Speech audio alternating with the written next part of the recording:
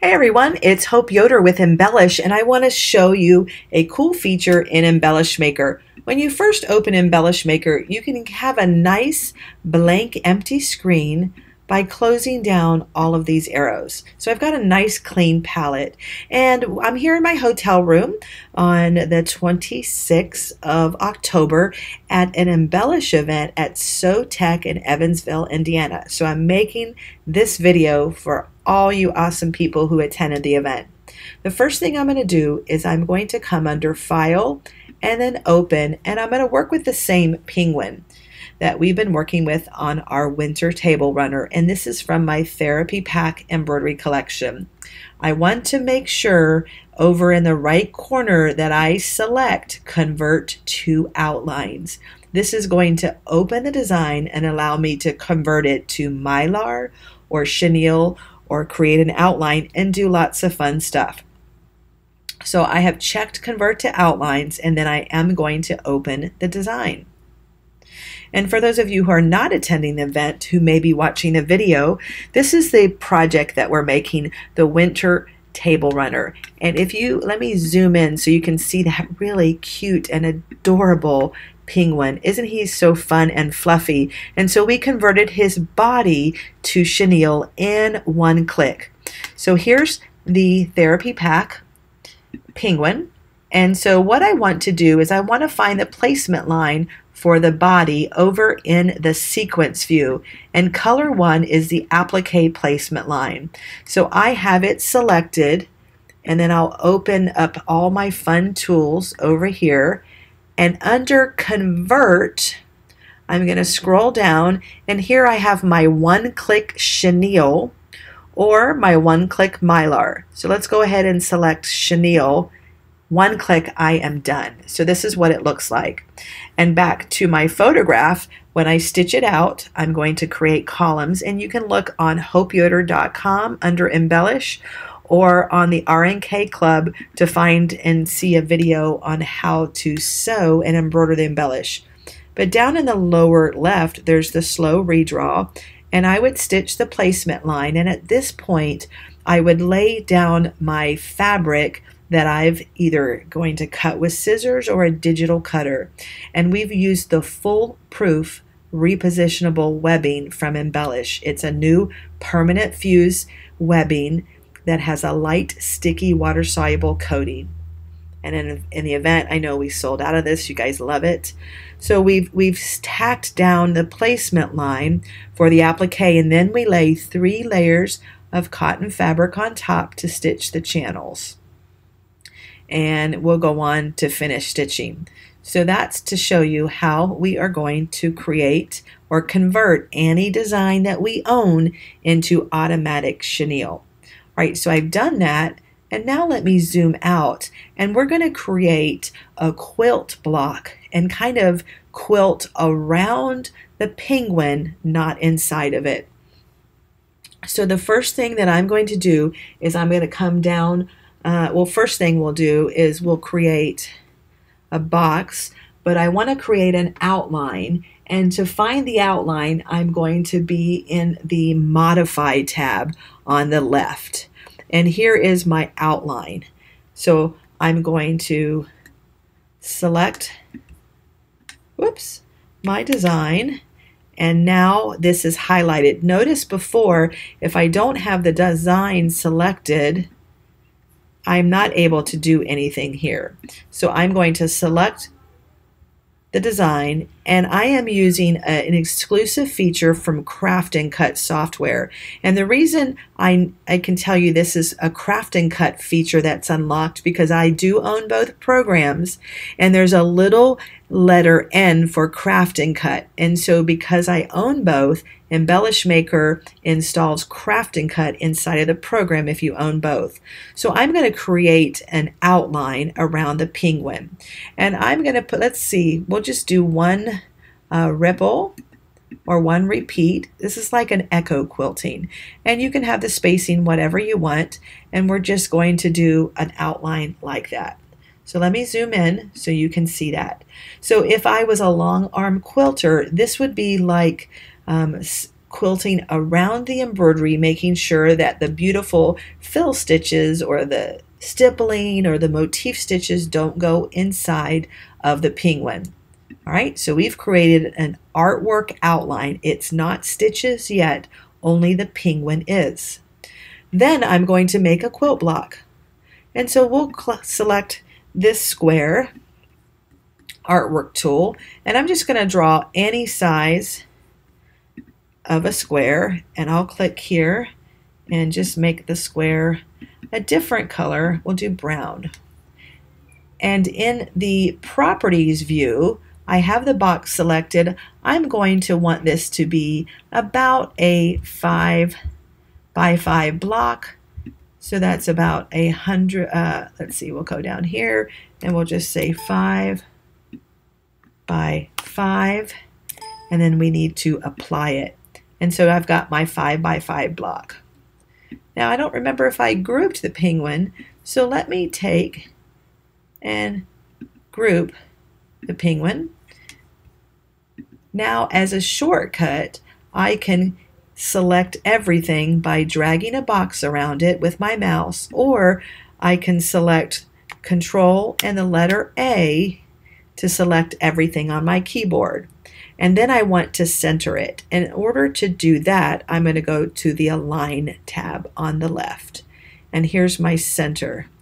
And so I'm going to center the penguin in the 5 by 5 quilt block. And this is not 5 by 5.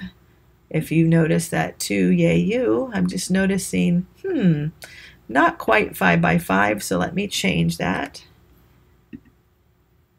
And let me select it all again and center it.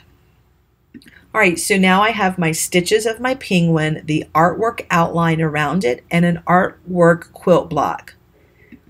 Now what I'm going to do is I'm going to just select this quilt block or this square, and I'm going to use this little shortcut to duplicate it, and I'll change it to a different color, and you'll see why in a minute. And then I'll select all again and center it. And when I come over into the sequence view, whoop, wrong button. I come over into the sequence view, I'm going to collapse everything by right-clicking and selecting collapse all. So here's my first quilt block square, and here's my second one. What I want to do is select this outline and only one of the squares by holding down the Control key, and I have the two things selected. How do I know they're selected? Well, you can see that it's dark purple on these two, and this one is not selected. So with the artwork outline of the penguin and one square selected, I am going to scroll down over into this area, and I am going to select transform. And so in this section, we have a little button called Join, and it looks like a piece of paper with a paper clip. What I want to do is I want to combine the outline of the penguin with the square. So by selecting, I want you to look in the right under the sequence view window, and notice we have 2 items selected, right? And now when I join them, look what happens. It combines into one object. So this would be like rolling out cookie dough on a flower board or your countertop. And I want to then take a cookie cutter in the shape of a penguin and stamp out the dough. So that's just an analogy that will make sense after you see the next function. So I'm going to select this combined cutout of the penguin and the block together, and then I'm going to come over to the Convert tab on the left, and I want to find an icon that says Motif Fill.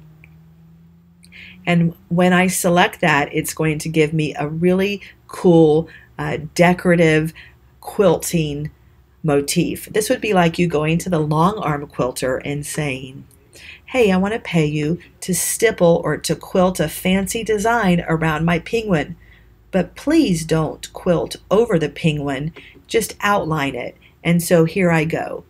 I'm in the convert, and again I have the motif fill, and I'm going to click on it, and I'm going to get this very tight motif fill look. If I don't look at it 3D, you can kind of see that. So I'm going to select the motif and then go under the properties on the upper left. And where it says pattern, I can change the pattern, but before I do that, I'm going to scroll down to motif pattern size on the right. And it's at 3, but watch what happens when I select 30 and then apply. Now I have a really cool outline shape. But let's just change that, and let's change it to a different pattern. So, ooh, that is actually cool. I should say that. I might want to stitch that out. Or I can select a decorative pattern like this and just keep going and going to select any type of a fancy quilting decorative outline that I want. Let's see what happens here. That's really cool. So with that, let's go back to, let's say I like this. I don't know that I do, but let's just pretend I love it. We had that other square that was here, and it's artwork, and I know it's artwork because notice at the top right, stitches, you can see that the quilting stitch I selected is 2,334, but under this artwork block it says 0 stitches, and that's how I'm going to know it's artwork. Well, I'd like to stitch that so it's a border that I could trim with my rotary cutter. So to do that, I'm under convert, and then I'm going to come down to run, and I create a run stitch. And now you notice that there's stitches. There's 309 stitches. Just for fun, let's select that motif quilting again, and I can do all kinds of fun things. Here's a stippling icon. And here we have a gradient fill. You've got all kinds of things that you can kind of play with if you wanted to. All right, so enough about that. That is the penguin block. Hopefully that makes some sense, and that's how you could quilt or stipple or do decorative embroidery around embroidery designs that you have. Let's get a new page. And along this line, we have a brand new feature. Let me close this screen. And it is called, under Create, I'm sorry, not Convert, we have the Auto 3D Fabric Texture Tool.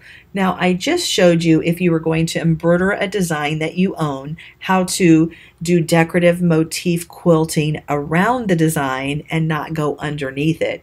But sometimes I just want to fill my hoop or a square or a block with quilting stitches to decorate it, to quilt batting, all kinds of reasons you would do that. And so we have a new update that's free called the Auto 3D Fabric Texture Tool. I'm going to select this to show you how it works. The first thing that you're going to do is select the size hoop that you want. And I can work in metric or in inches. So let's say we have a 8 by 8 hoop. So first thing I'm going to do is assign the size of the block I want it to create. And I can maintain the aspect ratio or deselect it. Now I have stipple, and I got to be honest, stipple, yeah, it doesn't really do it for me. So let's check out a motif stitch. That's the same stitch that we just used on the penguin. But what if I were to select 5 inches, and then I select tab on my keyboard so it shows me what that looks like, the pattern size. And I just hit select 1 again. That looks pretty good. But not, okay, so we have this motif, but now you've got all of these different cool motifs to play with. This one is beautiful. Let me do this a lot bigger just so you can see the pattern. There's even beautiful candle wicking stitches.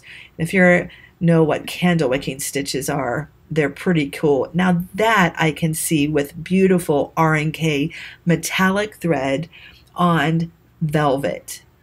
And if you were going to use velvet, you would not hoop your velvet because the hoop would crush the fibers. So you would use a sticky Embellish sticky tearaway, and you would score the release paper and just lay your velvet over the hoop. And ladies, we've been talking about toppers. So for this velvet topper, I don't want to wash the velvet or get it wet. I want to use an iron away topper. And then I could pull it away and have a beautiful decorative fabric that I could create in my hoop. And I am a sewer, so I can see this being beautiful for an evening bag for the holidays. All right, motif. Next, we have line. And if you just want to do some beautiful quilting, you've got lines like column channel quilting. Now, if I want to go bigger, I'm just going to select really big. And I could go smaller, and let's see what 0.5 looks like. So you get the line, but wait, that is not all. Under the pattern, I have this line, or this, or this, or this, and this is really cool. Let's go up to about a 1. So if you need crosshatch quilting, the line portion will do it. And here is it crosshatch. Beautiful. All right, but that's not all. Now we have curves. These are so phenomenal. So check this out. You've got all these beautiful curves that you can do. So if you need to quilt something together with a plain block and you don't mind that it covers the whole block, yeah, let's be honest, you can embroider over this quilting. You don't necessarily have to cut it away like I just showed you. Now, here's a function with any of these. You have offset run. All right, so notice that gave me a little border. So for instance, if I wanted a 1/4 inch seam allowance, if I did this offset run, that would give me a trim line. Or I could convert that into a decorative stitch. And I can also include a placement line and a tack down. Once you have what you want, you're going to select OK. Let me zoom out a little bit.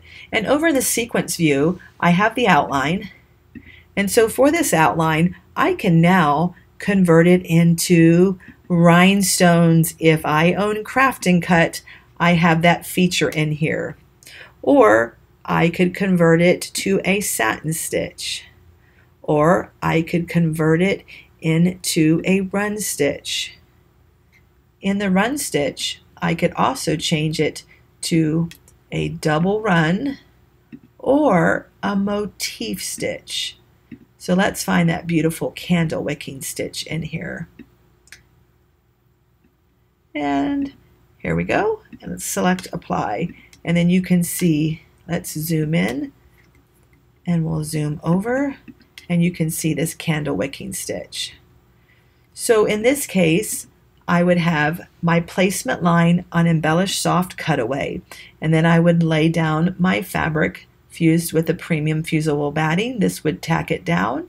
This would be the quilting stitch, and this would be the beautiful satin stitch. So those are just 2 ways that you could use Embellish Maker software to quilt with. I hope this helps you. Please post on our Embellish RNK Facebook page or the Designs by Hope Yoder fan group and share the love. Show me what you make. Until next time, happy crafting.